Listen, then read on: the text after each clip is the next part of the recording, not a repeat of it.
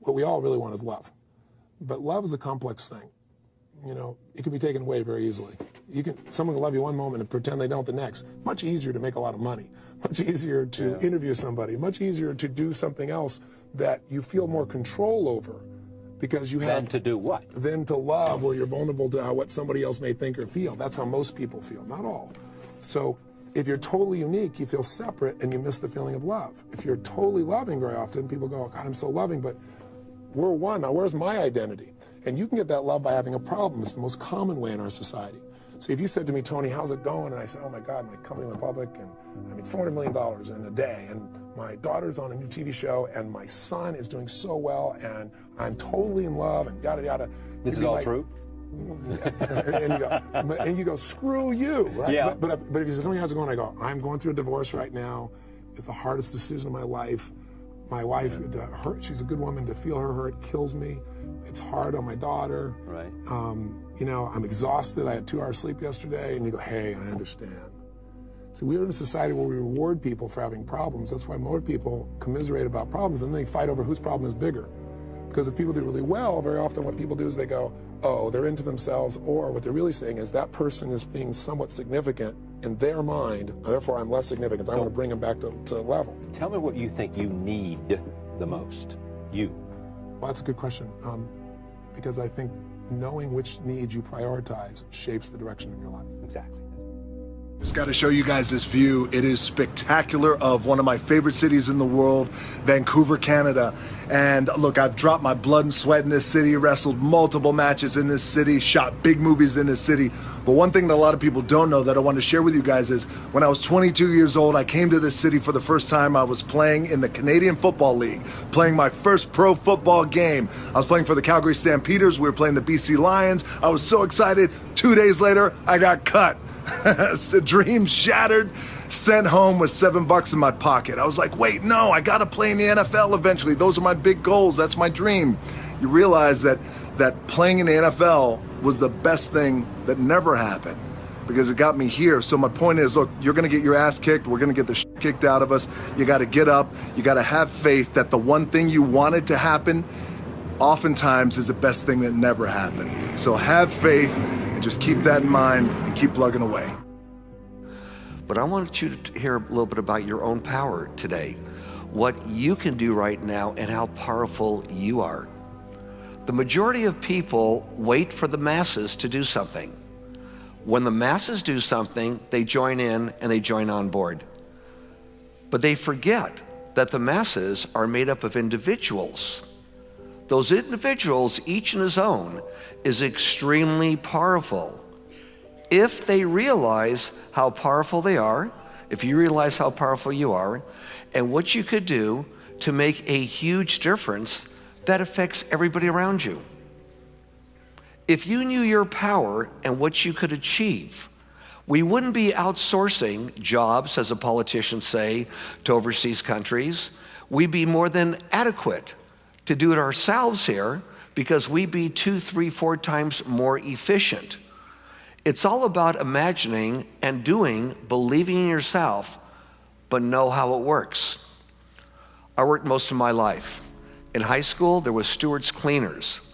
After school would go there, I would put the drape on the hanger, the sleeve on the hanger, and the janitor of all the cleaners. Clean everything up. I worked for $1.25 an hour.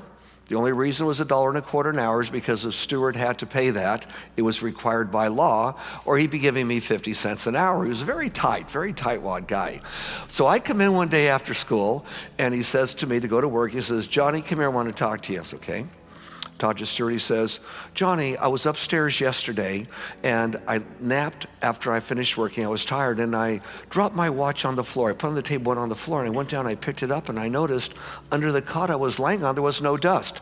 I moved the cot. There was no dust. I looked behind the filing cabinets. There was no dust there whatsoever. Zero dust. You really are a great janitor. I said, it's my job to do what I do when I do it, not when someone else is looking. tightest guy in the world gave me a 25-cent raise to $1.50. Where I went to high school, I was the highest paid kid and maybe adult in the neighborhood. We didn't have a lot of money in those days. What it was if humans can imagine doing what you have to do when nobody is watching you, you're doing as if someone is right there watching you. And in your free time, you're not trying to elongate something. You're doing what you should do without people watching you do it. Success and failure are not giant events. They don't just show up. You don't just suddenly become successful or suddenly have this cataclysmic event that makes you fail. It may look that way, but failure comes from all the little things. It's failure to make the call. It's failure to check the books. It's failure to say, I'm sorry. It's failure to push yourself to do things physically that you don't want to do. And all those little failures day after day come together until one day some cataclysmic event happens and you blame that. That event happened because you missed all the little stuff. Do you agree with me? And success, by the way, is not some overnight event. It's all these little things. Success is having a vision. Success is making it compelling. Success is really seeing it and feeling it every day with strong enough reasons. Success is feeling the sense that I'm here to grow and I'm here to give something to the world more than just myself. All the little stuff. That's where success comes from. In business, it comes from delivering more than anybody could imagine. All those little things add up. People go, wow, that's who I want to do business with. It's true in any area of your life. I realized, I'd say 2 years ago, but especially in the last 6 months, very recent, that and this is the part that would make my Tim of 5 years ago just cringe, like vomit a little in his own mouth, which is, I'm not going to mince words. I still have trouble saying this, but like self-love is not an indulgence. It's not a nice to have. It is a prerequisite. Even if all you want to do is feel successful and take care of the people you love the most, to really take care of them, you have to, as I've heard said, put on your oxygen mask first. Mm-hmm. And if you don't do that, like you are also shortchanging your ability to care for other people completely. And that's been a very, very much a 180 degree about face for me. Right? Because for a long time, I was like, I don't need to care for myself. Mm-hmm. Like that's, the word keeps coming back to me, which is self-indulgent. Like, is this self-indulgent? Mm-hmm. Like, who cares? When John Paul Mitchell Systems was started with $700, 2 people did the job of everybody. First employee was 6 months later, Shirley Wong. She had to do the job of 5 people and then another 5 backup. 5 full-time jobs and 5 part-time jobs. All she knew is, this is the job that's available. Can you do it? She says, of course I could do it. And she did it. No disrespect to unions. I'm all for people working, and unions are great. But many times you have somebody working, doing one job, watching someone else doing the other job, helping someone else do another job. Where one person could have done it all, and then a lot of the jobs in the movie industry aren't exported to another country and everybody complains about it. But through the power of one and the power of imagining what we could perform and what we could do, I want to bring you into the corporate world. How can we, with all these great innovations taking place, these great things of the future that we saw, these geniuses that were up here talking to you, brilliant human beings, what can we do collectively to create that change and that imagination immediately? It's all in the mindset. Leverage is critical. You know how I get so much done? Because I don't just get it done. I know the outcome, I know the purpose, and I look for leverage. Leverage is different than delegation.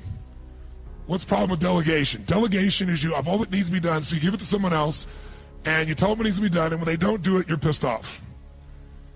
Leverage says, I can move the biggest boulder in the world with a little bit of effort if I get something I can do it with, but I'm still part of it. So leverage is, if I'm going to leverage something here with Tom, I'm going to make sure Tom understands the what?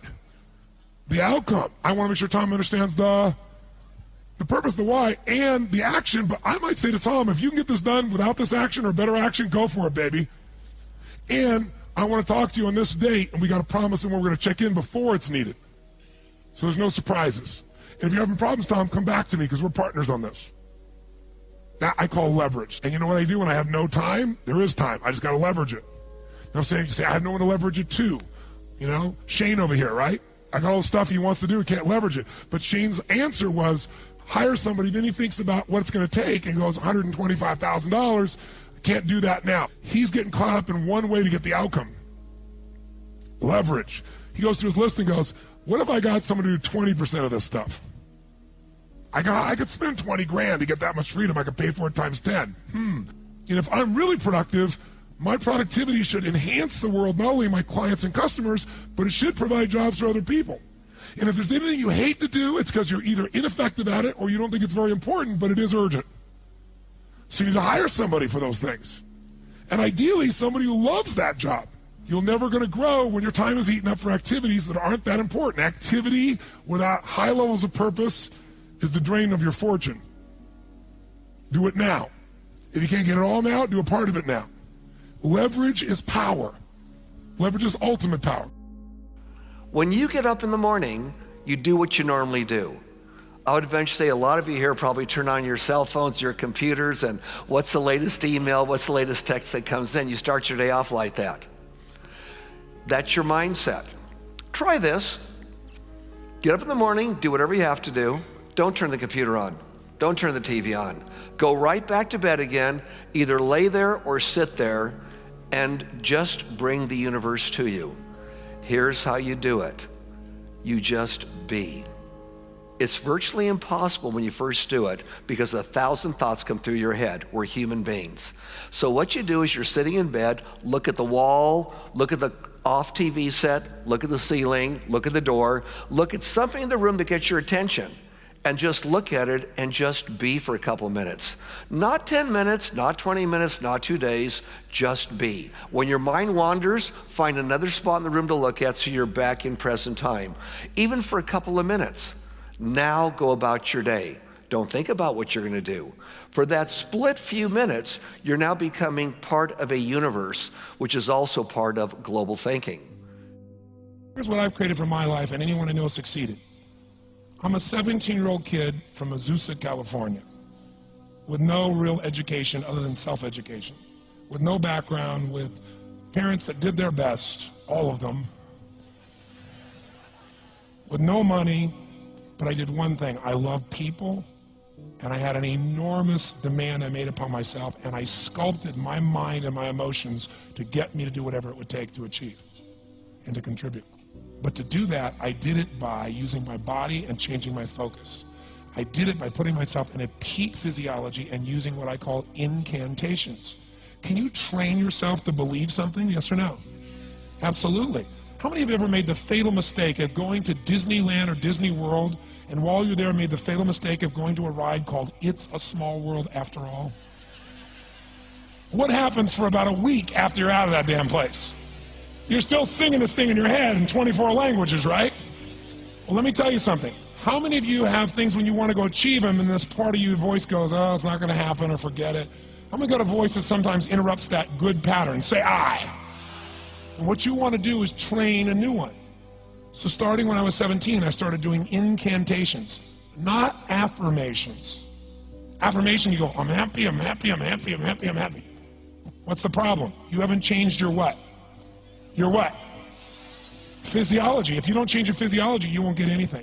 So an incantation is not only you speak it, but you embody what you're saying with all the intensity you can. And you do it with enough repetitions that it sticks in your head. Like It's a Small World, now the conversation in your head is always the same and it gives you what you want. So you use your body and your voice. So 17 years ago, I started doing things. I was working for Jim Rohn, this speaker, and I was 17 years old. I had long hair, minestrone soup, acne on my face. And I was trying to call on Bear Stearns type of people and convince them why they should go to this man's seminar and be more successful. I was driving a 1968 Volkswagen that I had earned at $40 a week as a janitor. The only way I did it was park far from the building and then go in and I love people and I believe, but I put myself in state and I was able to influence people that were far more successful than I was at the time. I would do something that I still do backstage and have done for 23 years because I don't hope I'm going to be in a good state, I demand it. So I do an incantation using my whole body. I'd say, I now command my subconscious mind to direct me in helping as many people as possible alive today to better their lives by giving me the strength, the emotion, the persuasion, the humor, the brevity, whatever it takes to show these people and get these people to change their lives now. And I would do that literally driving in my Volkswagen to a meeting in LA on the freeway for 40 minutes. People are looking at me, I'm screaming at the top of my lungs. They're going, I know he's a serial killer, I know he is. But by the time I entered that room, when two people meet, if there's rapport, the person who's most certain will always influence the other person. And I was totally certain, and they were trying to get revved up to certainty. Do you agree with this, yes or no? I do another one because I was poor. I changed my mindset. I kept doing things, but I never got beyond it. I'd say God's wealth is circulating in my life. His wealth flows to me in avalanches of abundance. All my needs, desires, and goals are met instantaneously by infinite intelligence, for I'm one with God and God is everything. And I would imagine the abundance of my life, and I would feel so grateful. And a year later, I went from making $38,000 a year to making $1 million a year in 1 year. And we've been brought up to think you got to be goal-oriented. That's the first mistake. Yes, you need goals, but there's something far beyond goals, which is what all successful people have, and that's a vision. It's a vision for the future. See, here's it is. You see things as they are, but not worse than they are. Yeah. Which is what a lot of people do. Yeah. They say, oh, it's so terrible. They tell themselves this wild story about why they can't take action. And in truth, the story they tell themselves is exactly what holds them back from being successful. Agreed. It's that bullshit story that stops them from acting. There's so much, the economy, and they play the blame game, they complain, they justify, and it stops them from moving forward. So see things as they are, not worse than they are, Yep. and then see them better than they are, Yep. and make them that way. Look at a Gandhi. Right? He survived hunger strikes and united a country, not because he had a goal for a free India, he had a vision of a free India. Nelson Mandela, all those years in jail, a vision. Yeah. Richard Branson, who's a friend of mine, who I know, he sponsors me, my speaking tour. He's a visionary. Bill Gates, they're all visionaries. And the best example, considering we're in Hollywood, is a guy like James Cameron. Now, here's the trap. James Cameron is probably the greatest visionary of all time in filmmaking. Would you agree? Yeah, he was interviewed on Diane Sawyer, and they asked him a question of, what do you owe your success to? And what he said was this: I set really, really high goals, so even if I fall short, I'm still doing great. And people thought that was pretty profound, and I actually believe in that too. It's not true though. See, what's happening is this: James Cameron is not a goal setter, he's a visionary. He just doesn't realize because he's running unconscious strategy himself. If I said that James Cameron was it really just the goals, or do you have a vision for Avatar? He'd say, oh, of course I will. And he'd get all excited and he'd tell you how nothing was going to stop him from making this movie. The fact that it took 10 years and ran $200 million over budget and he put money in himself, that's not what goal setters do. Goal setters will set a goal, it gets tough, and they abandon it. And I can't overemphasize that distinction. That's number one, is vision. Very often you're getting what you're asking for. You're just not aware of how general you're asking. Clarity is power. The more clear you are about exactly what it is you want, the more your brain knows how to get there. Your brain is a servo mechanism. It's like a bomb. Those bombs, those missiles, they have a servo mechanism. So if the target moves, it knows what the target is, it follows it. Your brain, when you condition it, knows exactly what to go for, and it'll find a way to get there. Do you ever buy a certain outfit or a certain car and suddenly see that car outfit everywhere? How many of you ever had that experience? Say, aye. How come that car outfit's everywhere? It always was everywhere, but now you notice it. And the reason is because there's a part of your brain called the reticular activating system, the RAS. That part of your brain determines what you notice and what you don't notice. Your brain spends most of its time trying to make sure you don't notice, because you'll go crazy if you notice everything. But when you decide what's most important to you, your brain goes after it. Everyone I know who's successful builds what I call an RPM plan. An RPM is built on the metaphor that the way to get from where you are to where do you want to go to the fastest is you got to build power, like in a car, RPMs. And the R stands for they know the result they're after. They know what they want precisely. If you don't know exactly what you want, or you let yourself get beyond that into something general, you're not going to achieve it. Clarity is power. You got to know the specific result you're after. What do you want? If you can't answer that question right now in your personal life, in your body, in your relationships, in your finances, in your spirituality, then you're not going to be as fulfilled as you want to be. People are doing more for others today than ever in the history of mankind. Now, many people say, well, I could imagine that, but we have 7 billion people. Didn't we at one time have 100,000? It's how many people per 1,000 are doing it. In other words, more people per 1,000 are doing it than ever before in the history of this planet. Caring about others and caring about other things because the frequency is rising. Many of you in here are business people. Others work for people that have businesses and you love what you're doing. How can you within business today change the future that politicians are having difficulty changing, that people in big business and big ad companies are having difficulties? How can you change it right now so that you could imagine a beautiful future where everyone is thinking about everybody else, you're happy because you're doing it, and you all grow because of it? If the complete mindset of everybody collectively is to do that, and you just knew what to do, you just thought about how to do it, it would happen. That's how powerful thought is.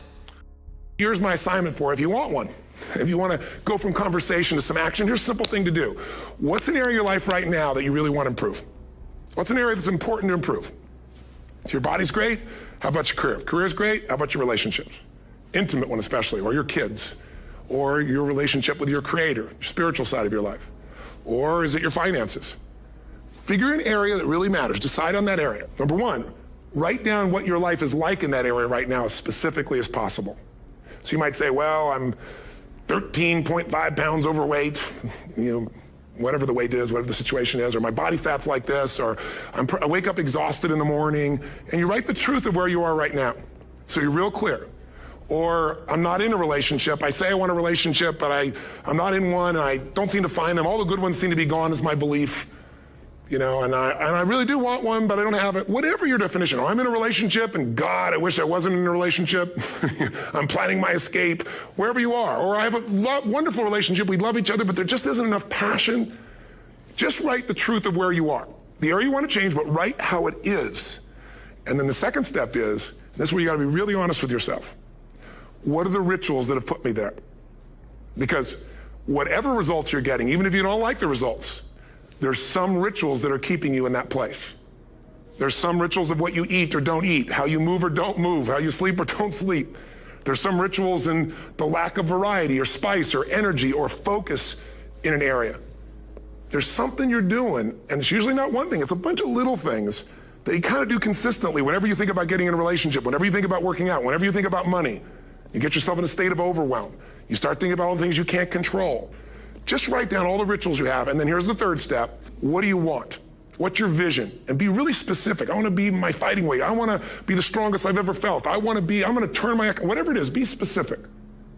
And then, last step, number 4, what are the rituals that'll get you there? What would you need to do differently each morning if you're going to be that kind of energy, that kind of strength? How often would you work out? What days would you work out? What time? A ritual is something you do consistently, usually at a specific time, so it becomes automatic. Let me tell you something. Willpower doesn't last, but rituals can last a lifetime. I bet you have some rituals in your life right now you've been doing for years, even though some of them don't serve you. I'm just saying, wake yourself up. If you want a new year and a new life, you don't need to start on January 1st.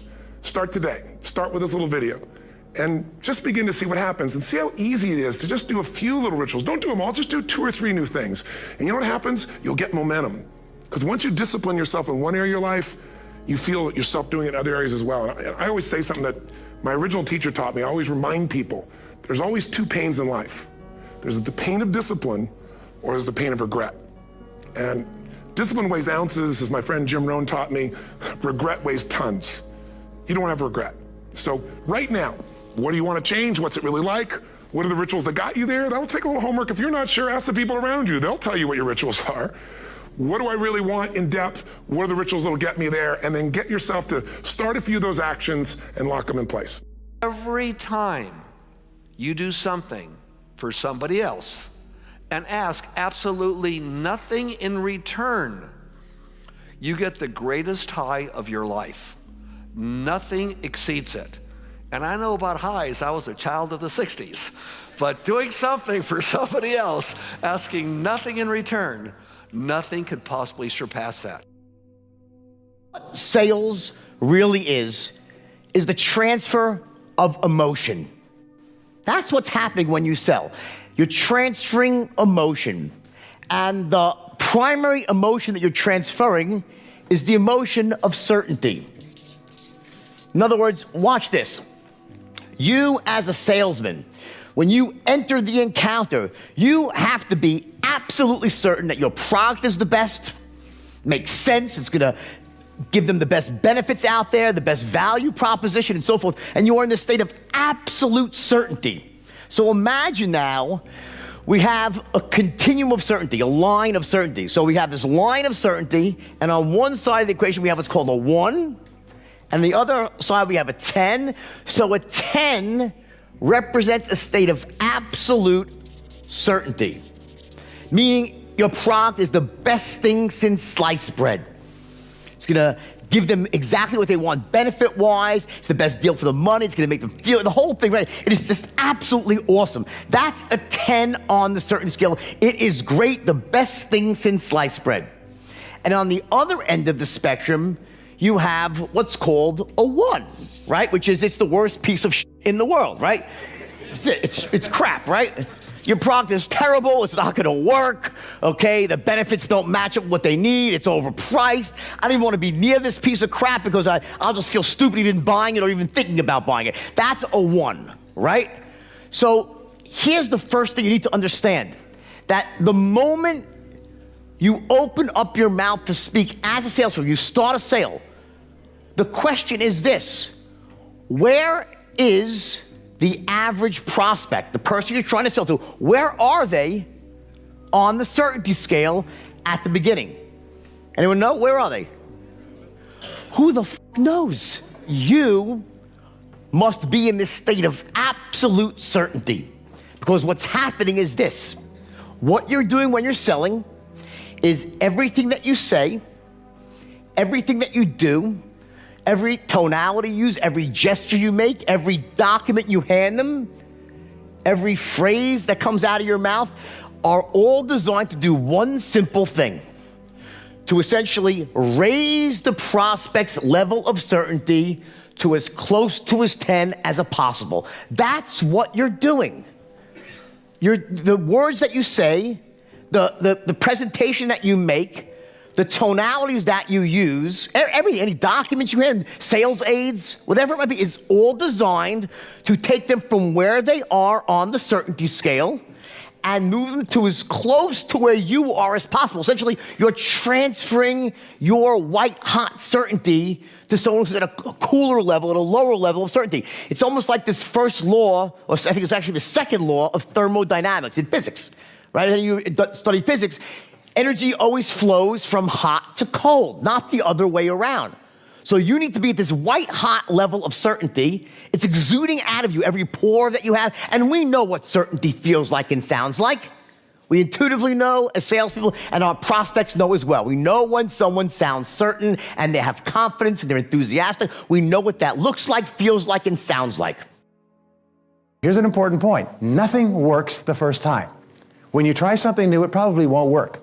When you try something new several times, it probably won't work. And the turning point in my life came when I would hear good ideas, and I was so eager to be successful in selling. I would run out and try the ideas, and they wouldn't work. I'd try a way of getting an appointment or answering an objection or closing a sale. It wouldn't work. And my natural response, and I think just to be disappointed. And then I realized nothing works, at least the first few times. So I decided I would try a new idea 5 or 10 times before I passed judgment on it. I would not just try it once and quit like most people do, and that changed my whole life. It was a turning point in my life because I realized from then on, if you've got a good idea and you've got a good goal and you want to double your income and improve the quality of your life and you have to try new things in order to get new results, it's not going to work the first time. So say, well, that didn't work. Try something else and try something else and try something else. Now, if you try, only 2 things can happen. What are they? Succeed or fail. If you succeed, you do more of it. If you fail, you learn from it, get smarter, and try it again. So you cannot lose by taking action. You can only lose by not taking action. I'm enjoying the fruits of my hard work. Nobody works harder than me inside the octagon, outside the octagon. I am a workhorse, so I'm going to enjoy the benefits of this life. I'm going to get myself a big mansion in Las Vegas. I'm going to get the soft top cars. I'm going to bring my whole team out. I'm going to spoil them and give them this life. Big steaks that size, we're eating every single night each. We're eating good, we're living good.